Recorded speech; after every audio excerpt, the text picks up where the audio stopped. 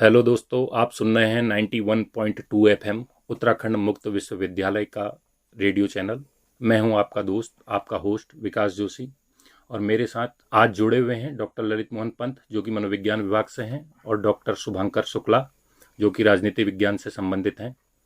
और आज जो चर्चा परिचर्चा का विषय है वह है अंतर्राष्ट्रीय लोकतंत्र दिवस। जैसा कि आप सभी जानते हैं कि आज का दिन संपूर्ण विश्व में अंतर्राष्ट्रीय लोकतंत्र दिवस के रूप में मनाया जाता है। तो आज जो चर्चा होगी वो इसी विषय पर होगी कि क्या ऐसी ज़रूरत पड़ी कि हमें अंतर्राष्ट्रीय लोकतंत्र दिवस के रूप में एक दिन को मनाना पड़ा। लोकतंत्र क्या है, हम चर्चा के दौरान आज हम समझेंगे कि लोकतंत्र है क्या, इसकी शुरुआत कहाँ से हुई, और भारत आज जो कि विश्व का सबसे बड़ा लोकतांत्रिक देश कहा जाता है वो कहाँ तक इसके मूल्यों को धारित कर सका है। तो शुरुआत करते हैं शुभंकर शुक्ला जी से। तो शुक्ला जी, जैसे कि आज लोकतंत्र दिवस है, और तो आप बताइए कि लोकतंत्र दिवस का क्या इतिहास रहा है, इसे कब से मनाया जा रहा है और आप इसे कैसे देखते हैं। देखिए सर, लोकतंत्र दिवस का जो पहली बार फॉर्मली जो इसका जो प्रस्ताव आया था वो 1997 में आया था यूनाइटेड नेशंस में। लेकिन इसको मनाया जाना जो शुरू किया गया वो 2007 से शुरू किया गया। और जैसा कि आपका दूसरा सवाल था कि इसकी ज़रूरत क्या पड़ी, तो ज़रूरत के संबंध में मैं ये कहना चाहूँगा कि अगर आप वैश्विक स्तर पर देखें तो ज़्यादातर जो देश हैं, राष्ट्र राज्य जिनको हमारे राजनीति शास्त्र की भाषा में कहते हैं नेशन स्टेट जी। तो वो ज़्यादातर जो देश हैं, ज़्यादातर में जो प्रणाली शासन प्रणाली है वो लोकतांत्रिक है। जी। और इस वजह से भी एक ऐसा है, एक तरह से वैश्विक स्तर पर दबाव भी है कि अन्य जो जिन देशों में कहीं तानाशाही चल रही है, कहीं अन्य तरह की प्रणालियाँ प्रचलित हैं, या आज इस समय इस वर्तमान समय में उसके माध्यम से शासन किया जा रहा है, तो उनको भी एक तरह से लोकतांत्रिक एक फ्रेमवर्क में लाने की कोशिश की जा रही है उन देशों द्वारा जो कि लोकतांत्रिक प्रणालियों के द्वारा संचालित होते हैं। ज़रूरत का सबसे जो महत्वपूर्ण पहलू है आवश्यकता है। लोकतंत्र की आवश्यकता क्यों है किसी भी देश के लिए? जी। तो लोकतंत्र की जो मूल भावना है वो ये है कि उस पूरी पद्धति में एक देश के अंदर जितनी भी विविधताएं होती हैं, विभिन्न तरह की नस्ल होती है, जातियां होती हैं, धार्मिक संप्रदाय होते हैं, तो उन सब के बीच में एक सामंजस्य बिठाते हुए कैसे एक दूसरे को स्पेस दी जाए, जी। उनके लिए जगह दी जाए। और ये म्यूचुअल होता, पारस्परिक, हर एक कोई दूसरे को जगह देता है।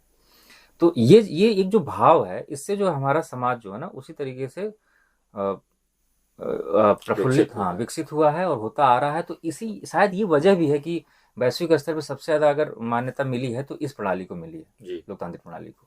मतलब अगर कुल मिलाकर कहा जाए तो लोकतंत्र का शाब्दिक अर्थ हो गया लोगों का शासन। अब हाँ, इस पे बता देता हूँ।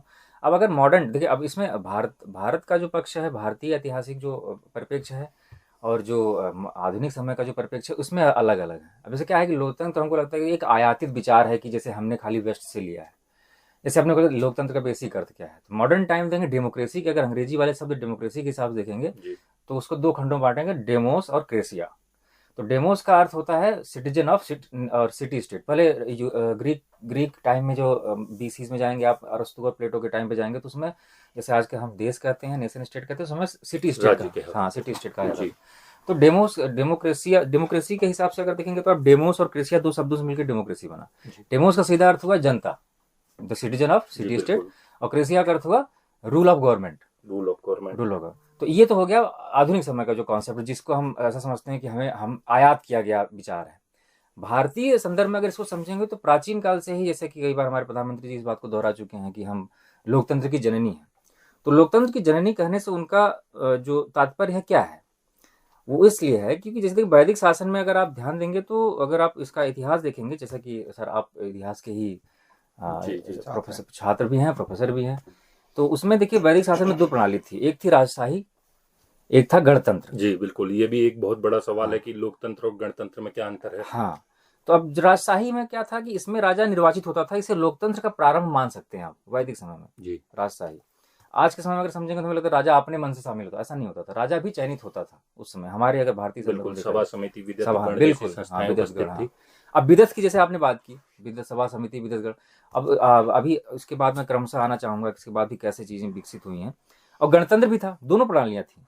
इसमें राजा सम्राट के बजाय शक्ति संकेंद्रण एक परिषद में था, जो कि आपने बोला सभा, समिति, विदत, जी ये सब जो है परिषद हुआ कुछ करती थी, संस्थाएं थी जो राजा को नियंत्रित करती थी, काउंसिल हुआ करती थी। तो ये जो दो मुख्य धाराएं थी लोकतांत्रिक प्रणाली को परिलक्षित करने के लिए, जी तो ये वैदिक काल से वो हमारे देश में प्रचलित है। तो जिसका आज के अगर हम साकार रूप देखेंगे तो वो वेस्ट का विचार भी उसमें सम्मिलित है, हमारा अपना पुरातन विचार भी सम्मिलित है, प्राचीन विचार भी सम्मिलित है। तो उस तरीके से एक फॉर्मेट बनाया गया है, जी फ्रेमवर्क जी बनाया गया है लोकतंत्र का। कुल मिलाकर अगर कहा जाए तो इस दिवस को मनाने का उद्देश्य हम ये मान सकते हैं कि लोकतांत्रिक सिद्धांतों को बल देना, हाँ उनको व्यवहार में उतारना और हाँ उसको बढ़ावा देना। हाँ, अब देखिए, जैसे आपने बोला कि इसका उद्देश्य, अब उद्देश्य ही 2023 की जो थीम है इस दिवस की, वो उद्देश्य सबसे ज्यादा परिलक्षित हो रहा है, एम्पावरिंग द नेक्स्ट जनरेशन।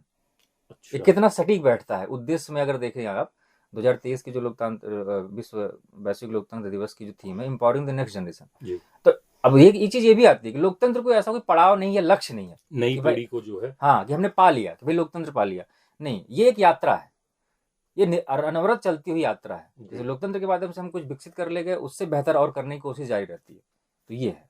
अच्छा तो अभी आपने शुभांकर जी के विचारों को सुना। अब हम अपने दूसरे वक्ता ललित मोहन पंत जी से जानना चाहेंगे कि लोकतंत्र को लेकर उनके क्या विचार हैं। और पंत जी से मैं ये भी जानना चाहूंगा कि वे हमारे श्रोतागणों को बताएं कि लोकतंत्र और गणतंत्र में मूलभूत जो अंतर है वो क्या है। धन्यवाद सर। सबसे पहले जैसे कि मैं आप दोनों का ही धन्यवाद करना चाहूँगा कि एक ऐसे विषय को आज हमारे सामने रखा गया है जो वस्तुतः जिसकी ज़रूरत शायद सर्वाधिक है। खास तौर पे जैसे कि जो आपका पहला प्रश्न था, उसी प्रश्न से ही उसके उद्देश्य की इतिश्री भी हो जाती है कि लोकतंत्र दिवस मनाने की ज़रूरत ही क्यों पड़ती है। जी और खास तौर पे जब विश्व की दूसरी सबसे बड़ी लोकतांत्रिक व्यवस्था में हम खुद जी रहे हैं। जी विश्व में लगभग सभी देश अब आज की डेट में आज के हाँ लोकतांत्रिक है, बट फिर यह है भी कि हम हम लोकतंत्र दिवस सेकंड क्यों मना रहे हैं। हाँ मतलब सेकंड मोस्ट डेमोक्रेटिक कंट्री अपने आप जी को अभी बोलते हैं। प्रधानमंत्री जी नरेंद्र मोदी जी ने भी कहा कि भारत लोकतंत्र की जननी जननी है। है जी। उसके बाद भी ऐसा क्यों है कि पूरे विश्व भर में इस दिवस को मनाने की आवश्यकता तो महसूस हो मैं रही है। इसमें जो इनका 2017 की जो थीम है, मैं उस थीम को लेते हुए इस बात को शुरू करूंगा। जो 17 की थीम थी इसकी अंतर्राष्ट्रीय लोकतंत्र दिवस की, उसमें था लोकतंत्र और संघर्ष निवारण। जी और वस्तुतः जब जैसे कि अभी डॉक्टर शुक्ला जी ने भी बोला कि जो हमारे राजनीतिक शास्त्र के जो बहुत सारे जो प्रत्यय हैं, भले ही वो राज्य की अवधारणा हो या शक्ति की अवधारणा हो, इसी तरीके की लोकतंत्र की अवधारणा भी कहीं ना कहीं मतलब राजनीतिक शास्त्र के एक महत्वपूर्ण विषय के रूप में हमेशा से पढ़ी और पढ़ाई गई है। जी और जैसे कि उन्होंने कहा कि लोकतंत्र हमें ऐसा लगता है कि एक आयातित वर्ड है। आयातित मतलब इंपोर्ट किया गया कि हमने फॉरेन से इस चीज़ को सीखा और उसको समझा और उसको अपनी लाइफ में अप्लाई किया। बट इन रियलिटी अगर उसको देखें तो हमारी शायद जैसे कि सर ने भी बोला, हमारे पहले से ही वैदिक समाज में इस कंसेप्ट की पहले से ही अवधारणा यहाँ पे मौजूद थी। आपने भी उसमें अपने विचार रखे कि कैसे जो हमारी काउंसिल ऑफ स्टेट हुआ करती थी, उन काउंसिल ऑफ स्टेट के थ्रू राजा पे पूरा का पूरा एक डेमोक्रेटिक वे में नियंत्रण लगाया जाता था ताकि राजा निरंकुश ना बना। जी बिल्कुल ठीक है। ये कौटिल्य जी की कौटिल्य के शायद में हाँ, भी वो उसमें जो अर्थशास्त्र में जो अवधारणा दी गई है उसमें भी ये जो देखिए सप्तान सिद्धांत ना हाँ, अमात्य वगैरह, हाँ। वो भी यही है। राज्य के दो अवधारणा वाला बिल्कुल, जो उसमें। राजा पे कंट्रोल क्योंकि करना। मुझे याद आ रहा है शायद क्योंकि उस समय जो अलग अलग फिलोसोफर थे, हीगल का जहाँ तक मुझे याद आ रहा है, हीगल ने कहा था कि जो राजा जो है धरती पे ईश्वर का प्रतिनिधि है। हाँ, तो उस समय जो ये अवधारणाएं जो इस तरह की चलती हुई आ रही थी, उन हाँ। अवधारणाओं को तोड़ने का जो सबसे पहला प्रयास था, उसी थीम को शायद 2017 में भी लिया गया, हाँ, संघर्ष निवारण। संघर्ष। और संघर्ष निवारण का जो कंसेप्ट है वो आज का नहीं है, ये शायद शुरू से ही शुरू चलता से, आ रहा है। हाँ, भले ही हम हाँ, इसको पोप शाही के टर्म्स में भी पढ़ लें हाँ। या इस्लाम धर्म में या हिंदुत्व में, किसी भी धर्म में जहाँ पे भी बिल्कुल, आती रहा हो तो वहाँ पे इसको पढ़ा और पढ़ाया गया। अब जैसे कि आपने बोला कि जो आपका दूसरा सवाल था कि लोकतंत्र और गणतंत्र में फर्क, देखिए जो जैसा जब डॉक्टर शुक्ला जी अपनी बात रख रहे थे तो या अगर हम उसको इतिहास की दृष्टि में भी पढ़ें तो पहले राज्य हमारा घनत्व की दृष्टि से राज्य बहुत छोटे छोटे हुआ करते थे, संख्या कम होती थी। क्षेत्रफल की दृष्टि से राज्य बहुत कंसाइज एरिया में तक जिन्हें हम रियासतें बोल रहे हैं या राज्य बोल रहे हैं इस तरीके से बनते थे। बट धीरे धीरे क्या हुआ, राज्य का उन रियासतों का अस्तित्व खत्म हुआ और छोटी छोटी रियासतों ने मिलकर अपने आप को बड़े राज्य में कन्वर्ट कर लिया। जैसे भारत को भी हम एक देश ना बोलकर राज्य का ही राज्य बोलते हैं, अगर हम उसकी संवैधानिक उसकी परिभाषा देखें। और शायद अगर हम अमेरिका का संविधान देखें तो उसमें तो साफ साफ लिखा गया है कि अमेरिका इज नॉट अ, मतलब उसको बोला जाता है यूनाइटेड स्टेट ऑफ अमेरिका। वो बहुत सारे स्टेट्स का एक संघ है। जी भारत के संदर्भ में हमें वो डायरेक्टली उतना नहीं लिखता, बट इनडायरेक्टली उसका मीनिंग भी वही है। तो अब जब हम बात करते हैं इसके लोकतांत्रिक और गणतंत्र के इसके बीच के अंतर को, तो देखिए गणतंत्र में मूलतः ये होता है कि कुछ गण मतलब कुछ स्पेसिफिक लोग एक पावर जो सेंट्रलाइजेशन ऑफ पावर है उसको सेलेक्ट करते हैं। जैसे अगर लेट सपोज भले हमें इसे कुलीन तंत्र के टर्म्स में बोले या जो भी है, अगर मैं गलत नहीं तो। और जहां तक अगर लोकतंत्र की बात करें तो लोकतंत्र वस्तुतः जो जैसे वैदिक समाज वाली बात जो डॉक्टर शुक्ला जी ने बोली वो, और मैं इसमें भी अगर अपनी बात रखूं, जो आज की मॉडर्न डेफिनेशन है उसको भी अगर लेके चलूं, जनता द्वारा जनता के लिए और जनता पर किया गया शासन ही आपका लोकतंत्र है। और यहाँ पे जनता द्वारा जनता के लिए किया गया शासन का मतलब है कि आपकी इस लोकतांत्रिक व्यवस्था का जो भी प्रतिनिधि है, भले ही वो पंचायत से हो, भले ही वो आपका राज्य विधायिका का हो जिसे हम एमएलए बोलते हैं, या फिर आपकी संसद का हो जिसे एमपी बोलते हैं, और अप्रत्यक्ष रूप से अगर हम भारत के संदर्भ में बोले हमारा जो राष्ट्रपति है वो भी है। तो ये पूरी की पूरी जो लोकतांत्रिक व्यवस्था है वो हमारी पूरी की पूरी अपने इस लोगों के द्वारा सेलेक्ट होती है। अगर विदेशों के टर्म्स में अगर हमसे बात करें, अमेरिका में जो लोकतांत्रिक व्यवस्था है वहां पे हमारा मतलब प्रेसिडेंट को हम डायरेक्टली रिक्रूट नहीं करते हैं, तो हम उसको सीधे सीधे वोट नहीं देते, बट वहां का भी अपना इलेक्टोरल कॉलेज बना हुआ है। उस इलेक्टोरल कॉलेज के तहत ही एक जो वहां का जो शीर्षस्थ नेता है उसका चुनाव होता है। और वस्तुतः ये शायद सभी जितने भी मतलब हमारे देश है उन सब में देखने को मिलती है, एक्सेप्ट कुछ जो हमारे वो जहाँ पे ऑटोक्रेसी या डिक्टेटरशिप देखने को मिलती है वहां पे, बट वो भी अपने आप को कोशिश करते हैं लोकतांत्रिक लोकतांत्रिक ढांचे में आने के लिए। देखिए वैलिडिटी ना, जैसे चाइना हो गया, रशिया हो गया, अभी देखिए इंटरनेशनल पॉलिटिक्स वगैरह आप ध्यान रखेंगे तो ये दोनों देश अपने आप को भी लोकतंत्र कहने की होड़ लगाए रहते हैं। वो चाहते नहीं है कि वो हमको जो तानाशाही कही जाए। क्योंकि आज की तारीख में संविधान के निर्माताओं ने भी भारत को एक संविधान लिखते वक्त लोकतांत्रिक गणराज्य के बिल्कुल किया, क्योंकि आज की तारीख में शायद तानाशाही देखो हर किसी को चुभता है। और अगर हम इसको जैसे कि अभी डॉक्टर शुक्ला जी इसके उदय के बारे में बताते 2007 में ही। अच्छा, एक सवाल हमारे स्वयं के दिमाग में भी आता, 2007 में अचानक से ऐसा क्या हुआ या 97 में ऐसा क्या हुआ कि भाई उन लोगों को लगा कि इस तरीके के दिवस को मनानी चाहिए, जबकि उससे 97 से पहले 2 वर्ल्ड वॉर हम लोग झेल चुके हैं। और उससे पहले भी हम मोरलेस कुछ परिस्थितियां ऐसी बनी कि हम तीसरे विश्व युद्ध की ओर भी हम थे। बट मैं मनोविज्ञान और प्रबंधन का छात्र होने के नाते जितना मुझे लगता है कि धीरे धीरे लोगों में अवेयरनेस आई। लोगों में अवेयरनेस मतलब जो पॉलिसी मेकर है, भले वो यूएनओ के टर्म्स में बोले, एक अखिल भारत मतलब अंतर्राष्ट्रीय स्तर पे, और अगर हम अपने जैसे हम इस रूम में 3 लोग बैठे तो हम भी परिचर्चा कर रहे हैं, तो हम भी शायद कहीं ना कहीं इस बात पे सोच रहे हैं। तो ऐसी शायद 97 में या 2007 में कुछ इस तरीके की परिस्थितियां बनी होंगी जहाँ पे लोगों को लगा होगा, जो पॉलिसी मेकर्स है उनको लगा होगा कि भाई जो आज का समाज है उसमें तानाशाही कहीं से नहीं चल सकती, ना वहाँ पे कुलीन तंत्र के लिए ना राजतंत्र के लिए कोई शासन है। आज की तारीख में केवल एक ही चीज है और वो है लोकतंत्र। और लोकतंत्र को करने से पहले, उसको क्रियान्वयन करने से पहले लोगों को उसके बारे में पता होना चाहिए कि हम किस लोकतंत्र की बात कर रहे हैं। सही बात जी। तो अभी आपने ललितपन जी के विचारों को सुना। एक सवाल और है आप लोगों से मेरा कि आप वर्तमान दौर में, वर्तमान समय में भारत को, पूरे भारत देश को आप लोकतांत्रिक मूल्यों के कितने करीब पाते हैं, ये आपको क्या लगता है? देखिए किसी भी देश में, मैं जैसे कि मैंने कहा कि लोकतंत्र कोई एक पड़ाव नहीं, या इसको लक्ष्य के तौर पे देखना ही जो है मुझे लगता है गलत होगा जी। लोकतंत्र एक यात्रा है, और लोकतंत्र एक जो है जर्नी, उस तरीके से कह सकते हैं कि हमेशा विकसित होने वाला विचार है। अब जैसे कि डॉक्टर पंत ने कहा कि लोकतंत्र के बारे में कि जैसे मैंने बताया कि हमेशा विकसित होने के साथ साथ हर देश की जो शासन प्रणालियां हैं वो हमेशा अपने आप में होड़ लगाए रहती हैं कि हमें लोकतांत्रिक प्रणाली बोला जाए। ऐसा क्यों है? ऐसा इसलिए है कि लोकतंत्र का विचार जिस तरीके से पूरे वैश्विक स्तर पर फैला तो सबको समझ में आया, और पब्लिक का एक तरह से जिसे कहते हैं वैधता, पब्लिक ने मतलब हर देश की जनता ने उस चीज को वैधता प्रदान की कि भाई यही एक प्रणाली है जिसमें कि लोगों की आवाज को महत्व दिया जा रहा है।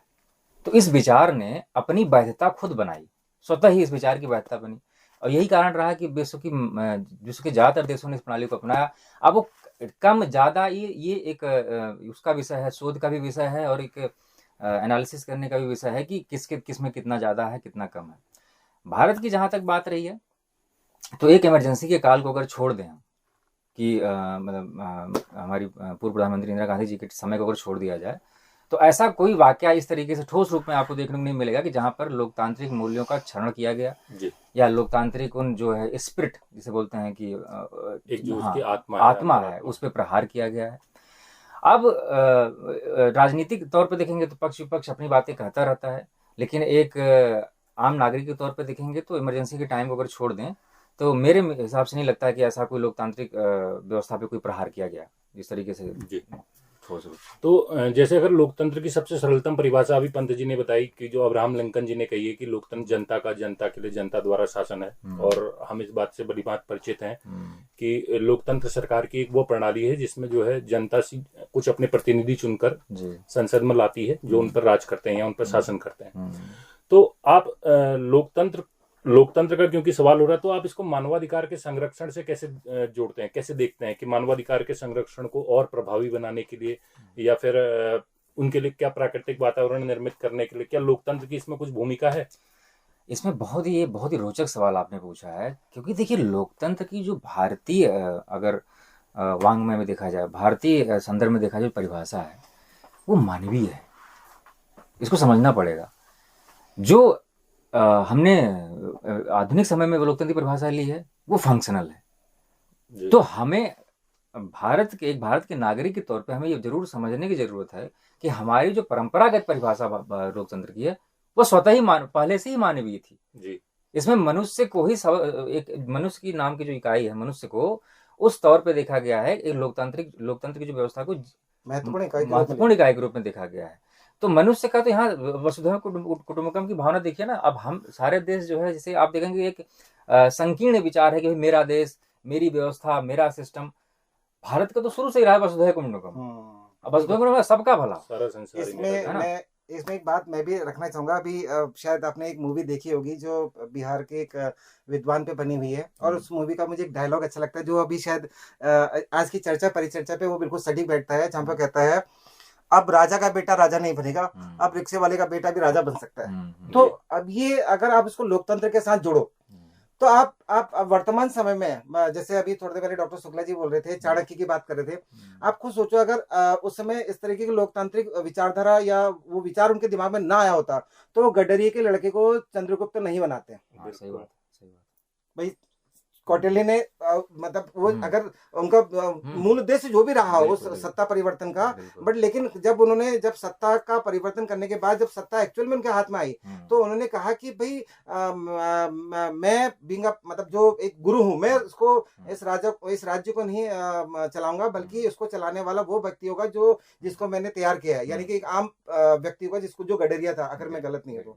और शायद वहीं से अब हमारे एक वास्तविक रूप से जो लोकतांत्रिक व्यवस्था की जो शुरुआत है, मुझे जो लगता है वो वहीं से है।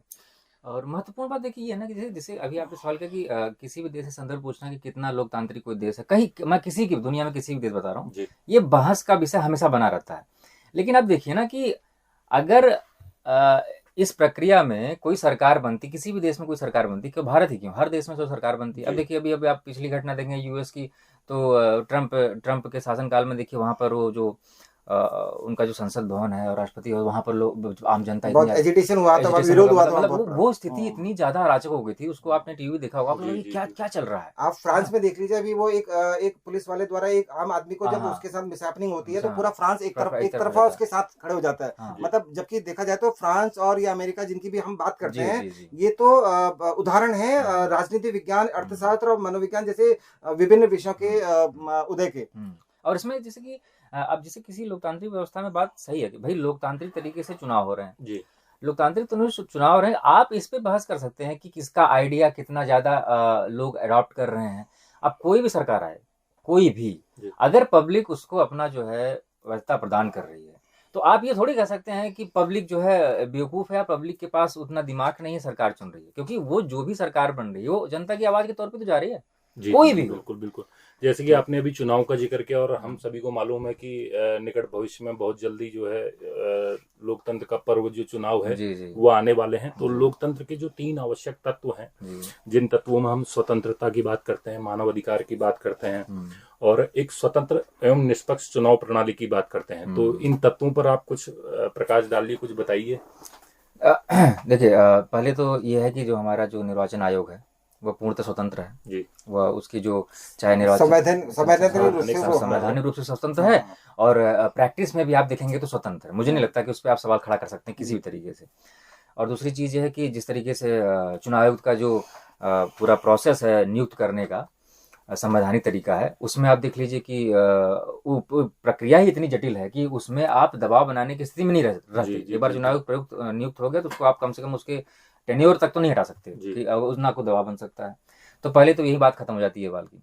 दूसरी चीज़ कि आपको बताऊं कि मैं चुनाव की प्रक्रिया के मसले में कि जितना लार्ज स्केल पे भारत में चुनाव प्रक्रिया जो है संचालित की जाती है, पूरी दुनिया में ऐसा कहीं नहीं होता। जी मुझे अभी भी, मैं शायद, अगर मुझे लगता है कि अगर मैं गलत हूं तो आप लोग करेक्ट करिएगा, कि सुकमा जो छत्तीसगढ़ का जो जी। वो नक्सली एरिया माना जाता है उधर बहुत ज़्यादा, वहाँ पर भी एक कोई शायद एक कोई ऐसी पोस्ट थी जहाँ पर चुनाव आयोग ने अपनी सारा अरेंजमेंट कर रखा था, जहाँ पर केवल एक वोटर था। जी जी जी। तो आप इससे स्पिरिट समझिए कि वोट की स्पिरिट क्या है, कि एक वोटर के लिए पूरा तामझाम लेके चुनाव आयोग उस सर उतने घने जंगलों में, उस उतने टर्बुलेंस वाले एरिया में अपनी पोस्ट स्थापित करता है एक वोटर के लिए।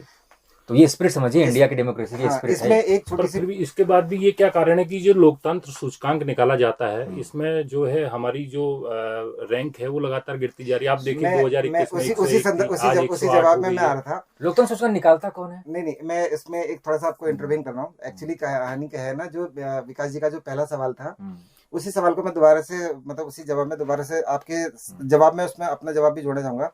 एक्चुअली हिंदुस्तान का एक थोड़ा दुर्भाग्य रहा है कि हमारे वहाँ हम जब भी किसी चीज के फेलियर का अगर कोई कारण मानते हैं तो हम ये मानते हैं कि सत्ता उसका मुख्य स्रोत है। मतलब अगर कोई भी चीज फेल होती है तो सत्ता को दोष दिया जाता है। बिल्कुल। और अगर कोई चीज मतलब ये एक आम, मैं भारतीय होने के नाते मेरा भी शायद दृष्टिकोण कुछ हद तक वैसा हो सकता है कि अगर फेल हो रहा है तो सामने वाला जिम्मेदार है, और सक्सेस मिली है तो क्रेडिट गोज टू मी। बिल्कुल। तो ये इस तरीके का कुछ हमारी मनोवैज्ञानिक अप्रोच हमारी रहती है। इसमें जो सबसे बड़ी चीज है जो मैं कहना चाह रहा हूँ कि वो ये है कि हमारे वहाँ अगर हमें लोकतंत्र को मजबूत करना पड़ेगा तो भाई साहब एक सीधी सीधी बात हम सबको याद रखनी पड़ेगी कि जिस दिन भी हमारे वहाँ जो भी तरीके का चुनाव हो, भले वो पंचायत का हो, नगर निकाय का हो, विधायिका का हो, या लोकतंत्र या लोकसभा का हो, तो हम उसे एक छुट्टी का दिन ना माने। हिंदुस्तान में एक बड़ा अपवाद है कि हम लोग अपने इलेक्शन डे को छुट्टी का दिन मान लेते हैं और उसके हिसाब से अपने प्लान कर लेते हैं। यह है पहली चीज। दूसरी चीज, पॉलिटिकली हम कितने अवेयर हैं ये अपने में बहुत बड़ी समस्या है। जी जी जी। राजनीतिक रूप से देखा जाए तो हम ये बड़ा चैलेंजिंग ये चैलेंजिंग मुद्दा है, सच में चैलेंजिंग मुद्दा का मुद्दा चैलेंज है ना। जी। तो हमारा ये एक बहुत बड़ा विषय है कि हम शायद राजनीतिक रूप से इतने जागरूक नहीं है। हमारी जो राजनीतिक चेतना है केवल हमारी बेसिक नीड से ही जुड़ी है। मुझे बिजली मिल जाए, मुझे पानी मिल जाए, मुझे गैस मिल जाए। लेकिन अगर चुनाव के प्रमुख बिल्कुल आज की तारीख में जो चुनाव के प्रमुख मुद्दे हैं, और वस्तुतः जी, उसमें भी और वस्तुतः अगर देखा जाए तो चुनाव या किसी भी देश में जो चुनाव व्यवस्था होती है वो किसी एक दिन या एक समय के लिए नहीं होती है, एक सर्टेन डे के लिए होती है। अगर हिंदुस्तान के पर्सपेक्टिव में बोले 5 साल तक के लिए एक व्यक्ति को आप चुन के भेजते हो। तो अगर मैं जब मेरे अंदर वो लोकतांत्रिक सोच नहीं है तो मैं जब वोट देने जाऊं तो वोट देते समय अगर मैं थोड़ा सा भी संकीर्ण विचारधारा का हूँ, जाति धर्म या समुदाय विशेष या एक छोटी अपनी तात्कालिक आवश्यकताओं की पूर्ति हेतु अगर मैं अगर अपनी वोट को दे रहा हूँ, तो उस समय आप पहली चीज तो आप मैं उनकी चली कि आपका एक वोट से सरकार का प्लस और माइनस कुछ भी हो सकता है। आपको अटल बिहारी वाजपेयी की गवर्नमेंट याद होगा, एक वोट से उनकी गिर गई थी। कुल मिलाकर जनता को जागरूक होना पड़ेगा। यस, ये मेरा मेन कहना है यहाँ पे कि जनता को आपको जागरूक होना पड़ेगा। लोकतंत्र को अगर आपको मजबूत करना है, मूल मुद्दों को समझना पड़ेगा, ना कि तात्कालिक मुद्दों को इग्नोर करते हुए हमें मेन मुद्दों को समझना पड़ेगा। उसको इसमें थोड़ा सा मैं एक ऐड करना चाहूँ, बहुत बढ़िया ये जो सर ने जवाब दिया इस बात का, कि जैसे कि जो अवेयरनेस का मुद्दा है ना, अभी आप देखिए ना, ठहर के सोचिए अगर कि यूथ जो है हमारे देश का, अब अभी एक कैंपेनिंग चला लीजिए कि भाई यूथ में एक कैंपेनिंग चला लीजिए, जैसे कि उनसे कुछ सवाल पूछिए कि भाई अगर चुनाव आने वाले हैं, आपको अपना मतदान करना है, तो एक नागरिक के तौर पे हर व्यक्ति के पास अपना एक एजेंडा होना चाहिए, चाहे वो 2 बिंदु का हो, 3 बिंदु का हो, 5 बिंदु का हो, 10 बिंदु का हो। बिल्कुल सही। तो एक वोटर के रूप में क्या हम उतने जागरूक अभी हैं कि अचानक से मुझे कोई पूछे कि भाई अगला चुनाव में आपके 5 या 2 या 3 क्या मुद्दे हैं जिन पर आप वोट देंगे, तो जो अगर आप इतने अवेयर हैं और इतने सतर्क हैं, क्योंकि चुनाव का मसला पूरी सतर्कता का मसला है। मैं आपको बताऊं, अपना मैं व्यक्तिगत में बता रहा हूं, जब मैं वोट देने जाता हूं तो मेरे दिमाग में समझ लीजिए जैसे लगता है मैं एग्जाम देने जा रहा हूँ, क्योंकि इतनी सारी चीजें चल रही होती है, हर नेता के कार्य चल रहे होते हैं, जो सामने होता है, विधायक जो भी आपका कॉन्स्टिट्यूंसी होती है, सबका जो है एनालिसिस एवेल्युएशन चल रहा होता है, सबका मूल्यांकन कर रहा होता है दिमाग।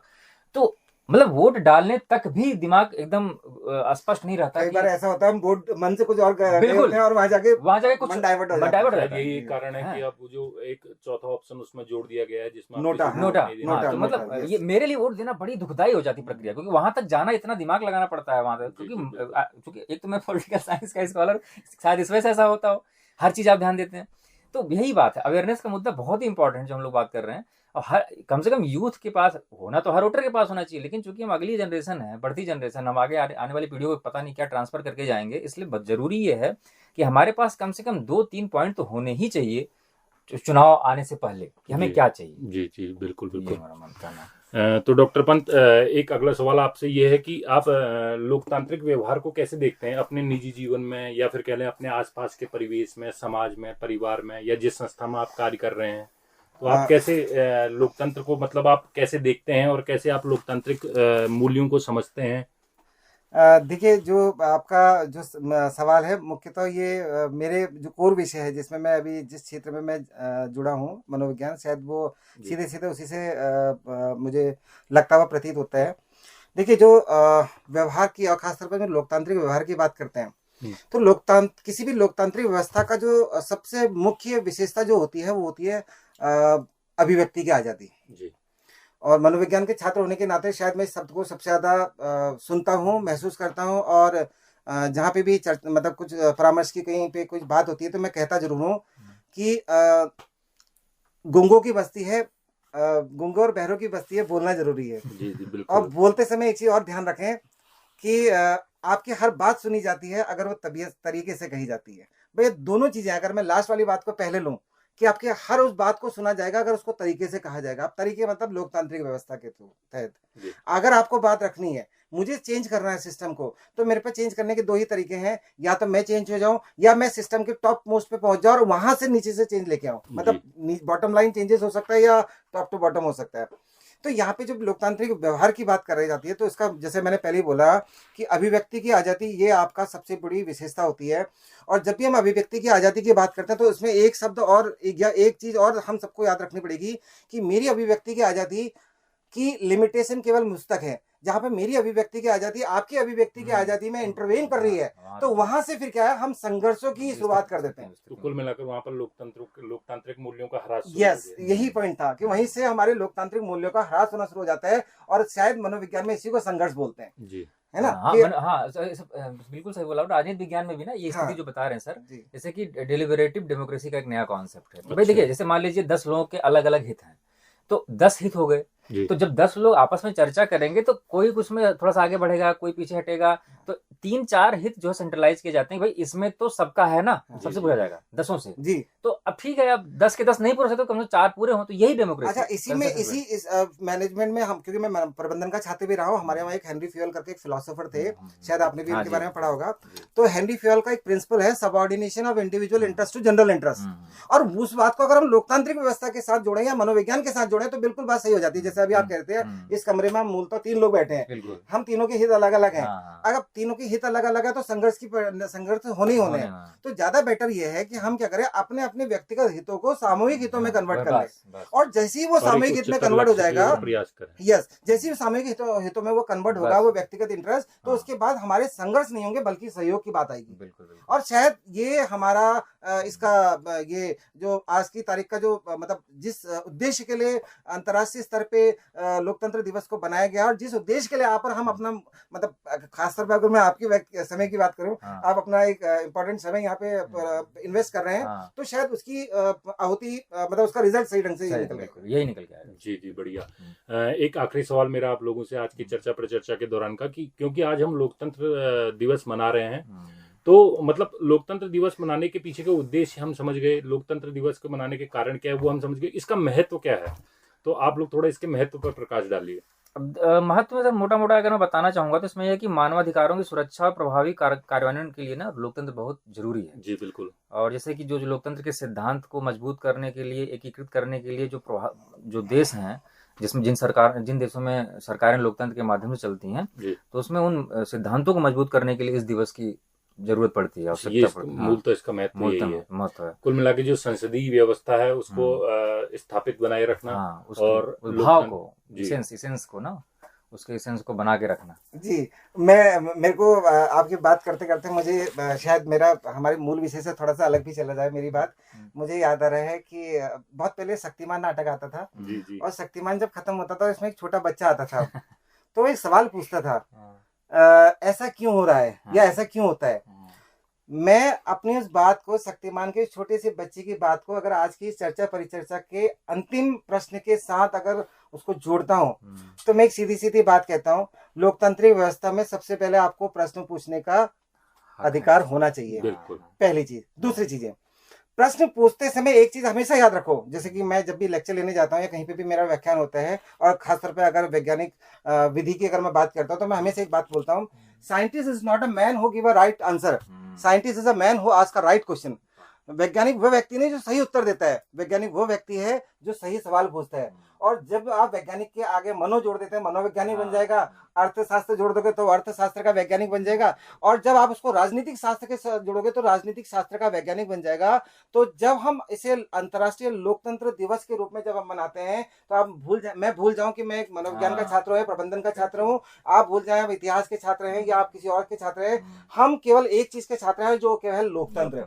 और आप भी मान के चलिए, जिस दिन जिस समय जहां पे भी आपके अंदर वो लोकतंत्र की वो चिंगारी या लोकतंत्र के अवेयरनेस की वो चिंगारी आपके अंदर जाग जाएगी, तो अब मैं ये मान के चलता हूं कि उस दिन सही मायने में सही तरीके से हम लोकतंत्र दिवस को मनाने के लिए हम तैयार रहेंगे। क्योंकि ये परिवर्तन व्यक्ति से ही आता है। जैसे कि डॉक्टर शुक्ला जी ने कहा कि we are the pivot of society, हम सारी चीजें हमसे बनी है, हम किसी चीज से नहीं बने। सही बात है, हम ही है, हम हर चीज के लिए। देखो, मैं जब भी वो बात होती है तो मैं कहता हूँ हम अपने अच्छे और बुरे के लिए खुद ही जिम्मेदार हैं। रूढ़ियों पे पहला प्रहार कोई व्यक्ति ही करता है ना। यस, कोई परिवर्तन के लिए व्यक्ति को ही इनिशिएट करना पड़ता है। अब भौतिक संस्कृति कभी भी परिवर्तन नहीं लाती।